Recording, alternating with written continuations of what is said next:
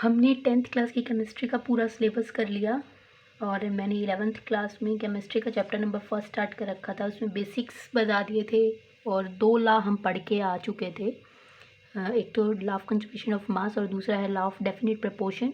और आज हम कर रहे हैं थर्ड लॉ अपने पास कौन सा है? Law of multiple proportion. ठीक है, लॉ ऑफ मल्टीपल प्रपोर्शन क्या कहता है कि जब दो एलिमेंट आपस में कंबाइन करते हैं तो वो एक या एक से ज़्यादा कंपाउंड का फॉर्मेशन करते हैं। फॉर एग्जांपल जैसे कार्बन है, कार्बन ऑक्सीजन के साथ कंबाइन होके जो कार्बन ऑक्सीजन के साथ जुड़ के कार्बन मोनोऑक्साइड भी बनाता है और कार्बन डाइऑक्साइड भी बनाता है। ठीक है, इन दोनों में कार्बन का जो मास है वो फिक्स है। ठीक है, यानी कि जो कार्बन का मास है वो फिक्स एलिमेंट है। तो मैं ये बोल सकती हूँ कि यहाँ पे जब कोई भी दो एलिमेंट आपस में कंबाइन करते हैं तो ज़रूरी नहीं है वो एक ही कंपाउंड का फॉर्मेशन करे, वो दो या दो से ज़्यादा कंपाउंड का भी फॉर्मेशन कर सकते हैं। Then the different mass of one element which combine with fixed mass of other elements bear a small whole number ratio to one another। तो इसमें क्या बोला है कि then the different mass of one element, यहाँ पे carbon oxygen दो element थे, आपस में कंबाइन किया, दो कंपाउंड बना दिए। अब इन दोनों कंपाउंड में कार्बन एक ऐसा एलिमेंट है जिसका मास दोनों में बराबर है, दोनों ही एक एक अमाउंट में लिया गया है, एक एक एलिमेंट में ही प्रेजेंट है, एटम में ही प्रेजेंट है। लेकिन जो ऑक्सीजन उसका मास डिफरेंट है, एक में तो एक ऑक्सीजन है और एक में दो ऑक्सीजन है। तो अगर मैं इनका दोनों का मास लूँ तो कार्बन का कितना होता है हमारे पास 12 रेशो, ऑक्सीजन का कितना होता है हमारे पास 16 मास, इसमें 12 रेशो 16 टू जो 32। यानी कि कार्बन का मास तो क्या है फिक्स है, लेकिन ऑक्सीजन का मास क्या है डिफरेंट है। तो इसने क्या बोला, जब कोई भी दो एलिमेंट आपस में कंबाइन होके दो या दो से ज़्यादा कंपाउंड का फॉर्मेशन करते हैं तो उन दोनों एलिमेंट्स में वो दोनों एलिमेंट्स आपस में कैसे कंबाइन करते हैं कि उन दोनों के एलिमेंट्स में से एक एलिमेंट एक ऐसा होगा जो दोनों कंपाउंड के अंदर, दोनों का कंपाउंड में जिसका मास रेशियो क्या होगा, इक्वल होगा। ठीक है, जिसमें दोनों कंपाउंड्स के अंदर जो मास है वो एक एलिमेंट का दोनों में बराबर होगा और दोनों के कंपाउंड का जो मास रेशियो है वो होल नंबर में होगा। यानी कि मैं इसको अगर करूँ 12 तिये 24 ना सॉरी 4 तिये 12 और 4 चौके 16, ये मेरे पास आ जाएगा 3:4 और ये मेरे पास आ जाएगा 4 तिये 12 और 4 अट्ठे 32, ये आ जाएगा 3:8 में। ठीक है, यानी कि ये सिंपल होल नंबर रेशियो में हमारे पास प्रेजेंट हो जाता है। क्लियर? तो ये हमारे पास इसकी डेफिनेशन है लॉ ऑफ मल्टीपल प्रोपोर्शन की। तो एक बार पढ़ लेते हैं। When two elements combine to form more than one compound, जब कोई भी दो एलिमेंट आपस में कंबाइन करते हैं तो एक से ज़्यादा कंपाउंड का फॉर्मेशन करें, then the different mass of one element, तो डिफरेंट मास में जो एक एलिमेंट प्रेजेंट है, देखो 16 और 32 में प्रेजेंट है oxygen, which combine with fixed mass of other element, जो एक ऐसे एलिमेंट के साथ कंबाइन होगा जिसका मास क्या होगा फिक्स, कार्बन का इसमें भी 12 और इसमें भी 12 है, bears a small whole number ratio to one another, तो उन दोनों कंपाउंड के अंदर जो मास रेशियो होगा दोनों का वो क्या होगा, सिंपल होल नंबर होगा। तो इसको हम एक एग्जांपल ले लेते हैं। जैसे सल्फर है, सल्फर डाइऑक्साइड भी बनाता है, सल्फर ट्राइऑक्साइड भी बनाता है, कार्बन डाइऑक्साइड का भी फॉर्मेशन करता है, कार्बन मोनोऑक्साइड का भी करता है, वाटर है, हाइड्रोजन ऑक्सीजन, वाटर भी बनाते हैं और हाइड्रोजन परऑक्साइड भी बनाते हैं। तो इन दोनों में देखना, सल्फर वाले में ले तो देखो सल्फर का मास क्या है, इक्वल बराबर है, क्योंकि सेम अमाउंट में प्रेजेंट है, एक ही सल्फर इसमें है और एक ही सल्फर इसमें प्रेजेंट है। लेकिन ऑक्सीजन का डिफरेंट है, ऑक्सीजन इसमें 2 में है और इसमें कितने में है, 3 में है। तो अगर मैं इसका मास रेशियो निकालूं तो सल्फर का कितना होता है, एटॉमिक नंबर 16, मास नंबर कितना होता है 32, रेशियो ऑक्सीजन का, एक ऑक्सीजन का 16 होता है, दो का कितना हो जाएगा 32, यानी कि SO2 का तो क्या आ गया हमारे पास मास रेशियो 32 से 32 कैंसिल, यानी कि 1:1। और अगर मैं इसका निकालूं तो ये मेरे पास 32 रेशियो, ये कितना हो जाएगा 16 तिये 48, यानी कि 16 दूनी 32, 16 तिये 48, तो इसका मास रेशियो हो जाएगा 2:3, यानी कि ये सिंपल होल नंबर रेशियो के अंदर क्या करते हैं, बना लेते हैं। सेम ऐसे ही कार्बन डाइऑक्साइड, कार्बन मोनोऑक्साइड का मैंने बता दिया, वाटर का भी हम निकाल सकते हैं। क्लियर? अब अपने पास आता है नाइट्रोजन ऑक्सीजन का, यानी कि मैं एग्जांपल लेके चलूँ कि जो नाइट्रोजन ऑक्सीजन है, एक सिंपल सा क्वेश्चन आपके एनसीईआरटी की बुक में, कि नाइट्रोजन ऑक्सीजन जब आपस में कंबाइन करते हैं तो वो 5 कंपाउंड्स का फॉर्मेशन करते हैं। इस तरह से 5 कंपाउंड बना लेते हैं। तो उनके ऊपर हमें लॉ ऑफ मल्टीपल प्रपोर्शन लगाना है, यानी कि अलग अलग प्रपोर्शन में प्रेजेंट होने के बाद भी जो उनका मास रेशियो वो क्या होना चाहिए, एक सिंपल होल नंबर रेशियो में प्रेजेंट होना चाहिए। तो मैंने इसके जितने भी कंपाउंड्स थे वो मैंने यहाँ पे लिख लिए, यानी कि जो नाइट्रोजन ऑक्सीजन के साथ कंबाइन होकर N2O भी बनाता है, NO भी बनाता है, N2O3 भी बनाता है, NO2 भी बनाता है, N2O5 भी बनाता है। तो ये पाँचों के पाँचों मैंने इसको लिख लिए। तो नाइट्रोजन का एटॉमिक मास कितना है यहाँ पे 14, ऑक्सीजन का कितना है 16। तो मैं यहाँ पे क्या करूँ, जैसे N2O बनाया, तो N2O बनाया, इसके अंदर देखो नाइट्रोजन 2 है और ऑक्सीजन कितना 1 है। तो नाइट्रोजन 2 है तो 14 दूनी 28, ऑक्सीजन 1 है यानी कि 16 में। NO दोनों एक एक हैं तो नाइट्रोजन का 14, ऑक्सीजन का कितना 16। N2O3 नाइट्रोजन, एक नाइट्रोजन का मास कितना होता है 14, 2 का कितना हो जाएगा 28 और एक ऑक्सीजन का 16 होता है, 3 का कितना हो जाएगा 48, मल्टीप्लाई कर देंगे 3 से। NO2 में देखो नाइट्रोजन 1 है तो मैंने 14 लिख दिया, ऑक्सीजन 2 है तो मेरे पास कितना आ गया 32, ठीक है, 16 दूनी 32। अब N2O5 में नाइट्रोजन 2 है तो 14 दूनी 28, ऑक्सीजन 5 है तो 16 पंजे 80। इस तरह से मेरे पास आ गया। लेकिन इसमें मेरे पास, अगर मैं यहाँ पे इसको छिपा लेती हूँ ताकि आपको समझ में आ जाए, इसमें मेरे पास जो नाइट्रोजन के जितने भी कंपाउंड्स हैं उसके ऊपर लॉ ऑफ मल्टीपल प्रोपोर्शन लग ही नहीं रहा। क्यों नहीं लग रहा? क्योंकि इसमें देखो किसी में भी हमारे पास अगर 5 हो चाहे 2 हो चाहे 3 हो, जितने भी एलिमेंट्स प्रेजेंट हो उनके अंदर एक एलिमेंट ऐसा, जितने भी कंपाउंड प्रेजेंट हो उनमें से एक एलिमेंट ऐसा होना चाहिए जिसका मास क्या हो, या जो मास फिक्स में प्रेजेंट हो। देखो एक में नाइट्रोजन 2 में है, 2 में है, 1 में भी है, 2 में भी है, फिर 1 में है। ऑक्सीजन भी डिफरेंट डिफरेंट है। तो किसी के अंदर दोनों पाँचों में से कोई भी एक ऐसा एलिमेंट नहीं है कि जहाँ पर एक एलिमेंट फिक्स में प्रेजेंट हो, ठीक है, फिक्स मास में प्रेजेंट हो। तो इसको हमें फिक्स्ड मास में बनाना है। कैसे बनाएंगे? अगर मैं यहाँ पे ऑक्सीजन को लूँ तो ऑक्सीजन को तो देखो तो 3 और 5 दोनों में प्रेजेंट है, लेकिन नाइट्रोजन 2 में प्रेजेंट है और 1 में प्रेजेंट है। अगर मैं पूरे कंपाउंड को, यानी कि जहाँ पे 1 में है उसको 2 से मल्टीप्लाई कर दूँ, जहाँ पे 2 है वहाँ पे तो 2 से ही है ही, जहाँ 1 में है फिर 2 से मल्टीप्लाई कर दूँ, ठीक है। तो यहाँ पे 2 में है ही तो 28 और 16, ठीक है। ऑक्सीजन को तो हमें छेड़ना नहीं, तो ऑक्सीजन के मास मैंने एज इट इज़ लिख दिए यहाँ पे। और नाइट्रोजन का मास अगर मैं देखती हूँ तो कैसे देखूँगी, देखो यहाँ पे 2 में है तो मैंने लिख दिया, इसको भी 2 में मल्टीप्लाई कर दूँ ताकि ये फिक्स हो जाए। नाइट्रोजन के मार्क्स को फिक्स कर देते हैं तो 14 दूनी 28, इधर 2 थे 28 लिख दिया, इधर 1 है तो 1 का 14, 2 का कितना हो जाएगा 14 दूनी 28, नाइट्रोजन यहाँ पे भी कितने 28। अब मेरे पास मास एक एलिमेंट का क्या हो चुका है फिक्स, ठीक है। तो अब इनका जब मैं रेशियो निकालूं तो मेरे पास रेशियो क्या आएगा, 28 और 16 को अगर मैं इसका रेशियो निकालूं तो मेरे पास रेशियो क्या आएगा, इसका तो 1 ही है, ठीक है। इन दोनों का रेशियो निकालेंगे, यानी कि मैं इस कंपाउंड को इस कंपाउंड के साथ रेशियो निकालूं तो इसका तो 1 ही आएगा। इसका कितना आएगा 16 एकम 16, 16 दूनी 32, 16 ती 48, 16 चौके 64, 16 पंजे 80, यानी कि 1:1, 1:2। ये जो 1 है वो मैं 28 का ले रही हूँ, 1:3, 1:4, 1:5। इन दोनों में सिंपल बेयर है, इन दोनों में सिंपल बेयर है, इन दोनों में सिंपल बेयर है और इन दोनों में सिंपल बेयर है। तो इस तरह से मेरे पास कंपाउंड का जो मास है वो क्या होता है, सिंपल बेयर रेशियो क्या कर लेता है, वो कंटेन कर लेता है। फिर अपने पास क्या है कि लॉ हमारे पास टोटल 5 हैं, लेकिन बीच में एक ऐसा लॉ आता है जो पहले 3 लॉ को कंबाइन करके बनता है। तो वो हमारे पास क्या है, लॉ ऑफ रेसिप्रोकल प्रपोर्शन, ठीक है, जो कि कम्प्लीटली बेस्ड है मल्टीपल प्रपोर्शन के ऊपर। तो लॉ ऑफ रेसिप्रोकल प्रोपोर्शन क्या कहता है कि व्हेन 2 एलिमेंट्स कंबाइन सेपरेटली, जब 2 एलिमेंट्स अलग अलग आपस में क्या करते हैं, कंबाइन करते हैं with a fixed mass of third element, यानी कि मेरे पास कोई भी ए बी सी है, बी और सी जो 2 एलिमेंट हैं वो अलग अलग ए के साथ भी कंबाइन करते हैं और सी वाला भी ए के साथ कंबाइन करता है, यानी कि जो बी है 2 एलिमेंट ले लिए मैंने, वो दोनों एक फिक्स एलिमेंट के साथ क्या करते हैं, कंबाइन करते हैं, फिक्स्ड मास में कंबाइन करते हैं, फिक्स्ड मास वाले ए के साथ, यानी बी ए के साथ करेगा और सी ए के साथ करेगा, ठीक है। Then the ratio of masses in which they do bears small whole number. तो इनका जो रेशियो होगा ना, बी ए का और सी ए का, इनका जो मास रेशियो होगा होल नंबर वो सिंपल बियर रेशियो होगा, ठीक है।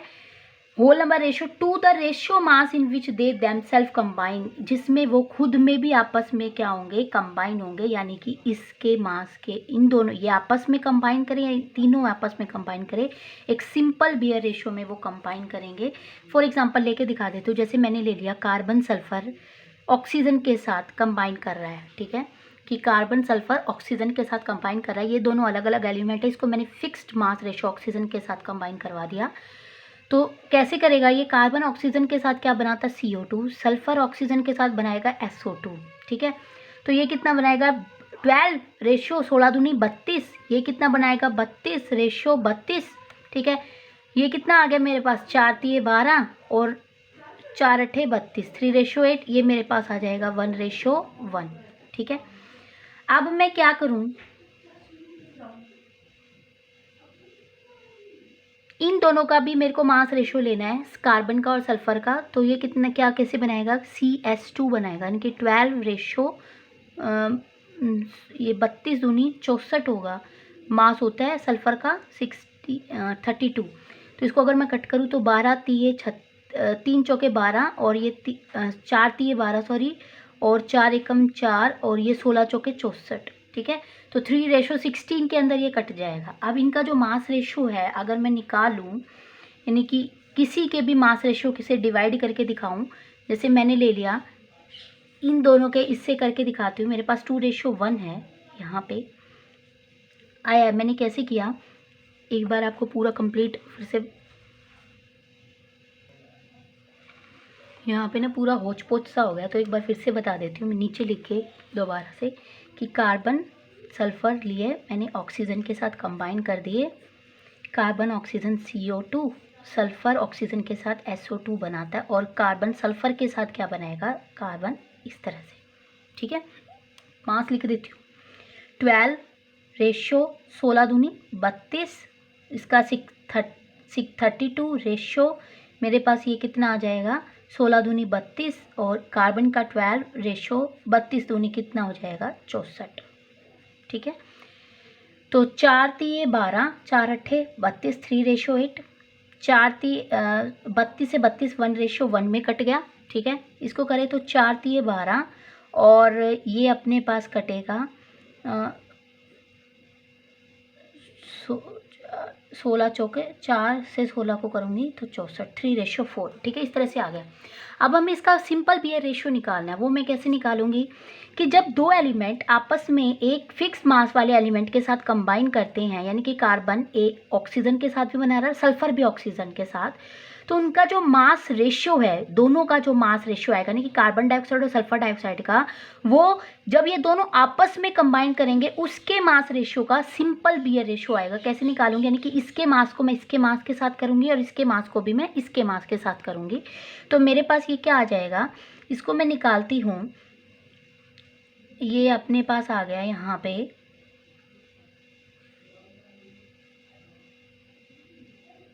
16 है, ये 16 चौके 64, ठीक है।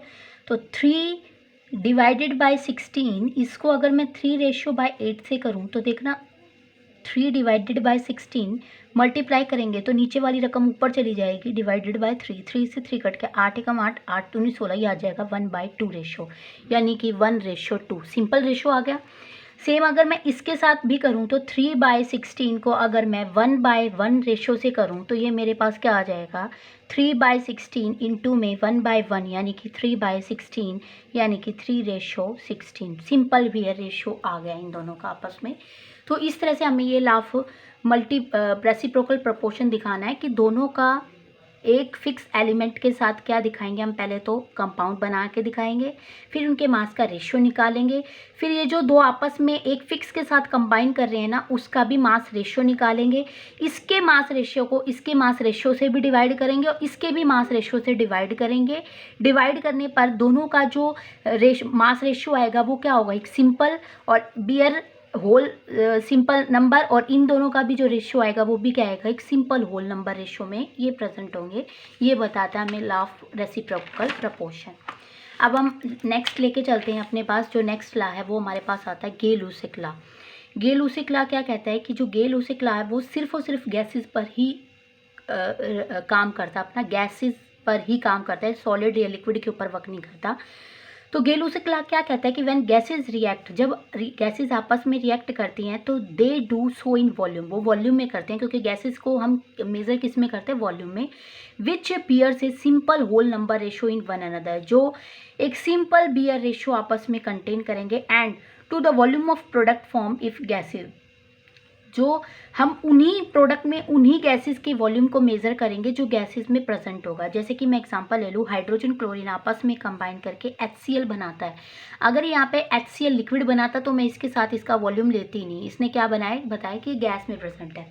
तो हाइड्रोजन भी गैस है, क्लोरीन भी गैस है और HCl भी गैस है, ठीक है। तो तीनों पे वर्क करेगा।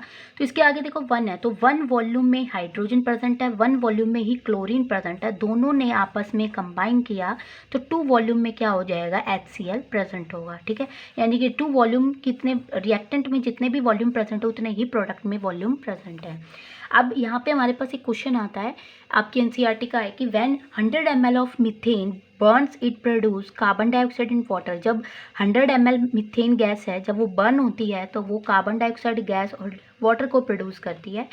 तो यहाँ पे हमें ऑक्सीजन का वॉल्यूम निकालना है required and carbon dioxide produce, यानी कि कितनी कार्बन डाइऑक्साइड प्रोड्यूस हुई, ऑक्सीजन कितने वॉल्यूम में प्रेजेंट है, यानी कि कार्बन डाइऑक्साइड को प्रोड्यूस होने के लिए कितने ऑक्सीजन उसके अंदर प्रेजेंट थे, ठीक है। तो यहाँ पे मैं क्या बताऊँ, मीथेन जब ऑक्सीजन गैस के साथ कंबाइन किया, यानी कि मीथेन 100 ml मीथेन जब ऑक्सीजन की प्रेजेंस में बर्न हुई, तो ऑक्सीजन ही एक ऐसी गैस है जिसकी जो किसी भी चीज़ को जलाने में सहायक होता है। यानी कि मीथेन जब ऑक्सीजन की प्रेजेंस में बर्न होता है तो कार्बन डाइऑक्साइड, वाटर, हीट और लाइट बनाता है। ये कंबशन रिएक्शन आपकी 10th क्लास में पढ़ के आए हो। तो जो मीथेन है वो भी गैसियस फॉर्म में प्रेजेंट है, ऑक्सीजन है वो भी गैसियस फॉर्म में प्रेजेंट है, कार्बन डाइऑक्साइड भी गैसियस में प्रेजेंट है, लेकिन जो वाटर है वो लिक्विड है। तो हम गेलुसिक लॉ यहाँ पे हीट और लिक्विड के ऊपर, यानी कि वाटर के ऊपर नहीं लगाएंगे, हम सिर्फ किस पे लगाएंगे, मीथेन, ऑक्सीजन और कार्बन डाइऑक्साइड, ठीक है, क्योंकि यही 3 गैसेस की फॉर्म में प्रेजेंट है। अगर वाटर में होता, वेपर्स में होता ये, तो हम इसमें भी लगाते। तो अब अपने को क्या देखना, बता रखा है कि 100 ml ऑफ मीथेन, ठीक है। तो मीथेन दे रखी है हमें 100 ml है, 100 ml मीथेन, तो इसको हम बैलेंस कर लेते हैं। दोनों साइड ये बैलेंस नहीं थी, मैंने इसको बैलेंस कर दिया, ऑक्सीजन के साथ ही करवाया था। यहाँ पे ऑक्सीजन 2 है, ठीक है, कार्बन डाइऑक्साइड 1 है, यहाँ पे भी 1 है, ऑक्सीजन यहाँ पे मेरे पास इतनी है 2 और 2 यहाँ पे 4 हो गई, तो 4 के लिए मैंने इसको 2 से मल्टीप्लाई कर दिया। हाइड्रोजन मेरे पास 4 है तो 2 दूनी 4, ये बैलेंस करने के बाद मैंने लिक्विड को हटा दिया। तो मैं क्या करूँ, देखो 100 ml मीथेन को यानी कि एक वॉल्यूम मीथेन 2 वॉल्यूम ऑक्सीजन को कंबाइन करता है, तो 100 वॉल्यूम मीथेन कितने वॉल्यूम को कंटेन करेगा, 200 वॉल्यूम ऑक्सीजन को कंटेन करेगा। सेम ऐसे ही अगर 2 volume oxygen 1 volume carbon dioxide को कंटेन करता है, तो 200 वॉल्यूम कितने वॉल्यूम को कंटेन करेगा, 1/200, यानी कि 200/1, ये कितना हो जाएगा, हाफ हो गया ना इसका, तो ये 200 का भी हाफ कितना हो जाएगा, 100 ml आ जाएगा हमारे पास। तो मेरे पास क्वेश्चन क्या था कि हमें यहाँ पे निकालना है कि कितने ऑक्सीजन रिक्वायर्ड, कितने वॉल्यूम ऑफ ऑक्सीजन रिक्वायर्ड हुई है और कितनी अमाउंट में कार्बन डाइऑक्साइड प्रोड्यूस हुई है। तो 200 वॉल्यूम ऑक्सीजन यहाँ पर रिक्वायर हुई है और कितनी कार्बन डाइऑक्साइड यहाँ पे प्रोड्यूस हुई है, 100 ml, ठीक है। तो अब अपने पास एक और क्वेश्चन है NCERT का कि अगर 60 ml nitrogen 60 ml hydrogen gas के साथ कंबाइन करता है तो वो क्या बनाता है, जो भी बनाएगा उसका रिजल्टेंट जो मिक्सचर होगा वो हमें बताना है। हमें पता है नाइट्रोजन हाइड्रोजन के साथ रिएक्ट करके क्या बनाता है, अमोनिया बनाता है। ये मेरे पास रिएक्शन थी N2 + H2, ये हमें बना के दे देता है NH3। तो मैंने इसको बैलेंस कर लिया। बैलेंस किया कैसे, 2 नाइट्रोजन है 2 से मल्टीप्लाई कर दी, 3 दूनी 6 हाइड्रोजन है, इसको 3 से मल्टीप्लाई कर दिया तो 3 दूनी 6 हाइड्रोजन बैलेंस हो गई। मैंने बैलेंस करके लिख रखी है। ये तीनों ही हमारे पास गैसेस फॉर्म में प्रेजेंट है, तो तीनों पे ही क्या लगेगा, गेलुसिक लॉ, ठीक है। तो अब देखना इसके आगे 1 है तो मैंने 1 वॉल्यूम ले लिया, 3 है इसके आगे 3 वॉल्यूम ले लिया, 2 है इसके आगे तो 2 वॉल्यूम ले लिया। तो हमें क्या दे रखा है कि क्वेश्चन में दे रखा कि 60 ml नाइट्रोजन 60 ml हाइड्रोजन के साथ कंबाइन करती है। तो 60 ml नाइट्रोजन 60 ml हाइड्रोजन के साथ कंबाइन करेगी तो हमें क्या बना के देगी, ठीक है, कितने उसमें प्रेजेंट होगा। तो अगर मैं ऐसे करूँ कि 60 ml नाइट्रोजन को 3 वॉल्यूम के लिए कितना हो जाएगा, 3 × 18, ठीक है, यानी कि 180 ml। तो 180 ml में तो हाइड्रोजन मेरे पास प्रेजेंट ही नहीं है, तो मैं इसको इस तरह से मल्टीप्लाई नहीं करूँगी। फिर मुझे क्या देखना है, दोबारा से मैं क्या करूँ, मैं ऐसे कर सकती हूँ कि 3 वॉल्यूम के अंदर कितना कंटेन करता है, 60 ml हाइड्रोजन, ठीक है। तो वो 1 वॉल्यूम में कितने करेगा, यानी कि इसका 1 वॉल्यूम तीसरा हिस्सा कितना हो जाएगा, यहाँ पे 20 ml में प्रेजेंट होगा नाइट्रोजन, ठीक है।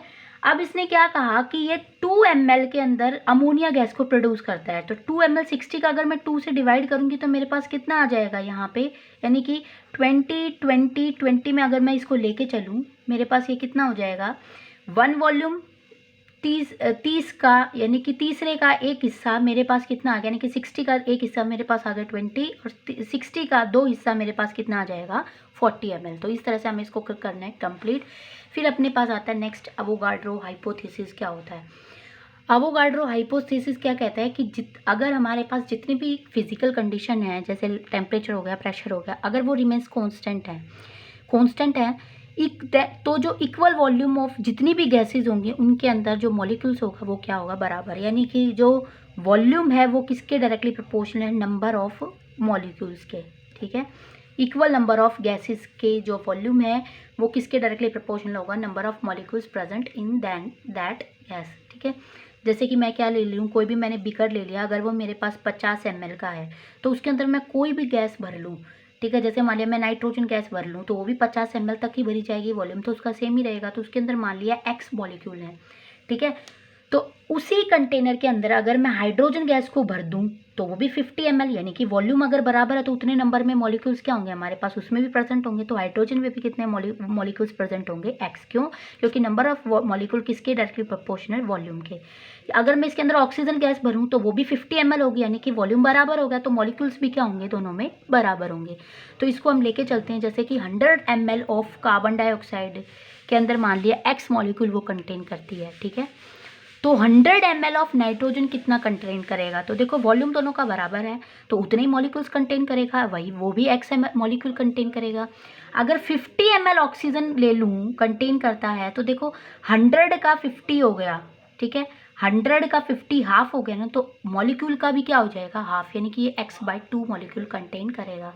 अगर 200 ml ऑफ हाइड्रोजन गैस मैंने ले ली, 200 ml, यानी कि 2 इंटू में 100 हो गया ना, का 100 का 2 गुना, तो मॉलिक्यूल का भी क्या हो जाएगा, 2 गुना, यानी कि 2x मॉलिक्यूल उसके अंदर क्या होंगे, प्रेजेंट होंगे। तो मेरे पास एक नोट आता है क्या, कि वॉल्यूम ऑफ गैस है वो किसके डायरेक्टली प्रोपोर्शनल होगा, नंबर ऑफ मॉलिक्यूल्स के। ज़्यादा इसके ऊपर कोई क्वेश्चन नहीं दे रखा आपका एनसीईआरटी पे।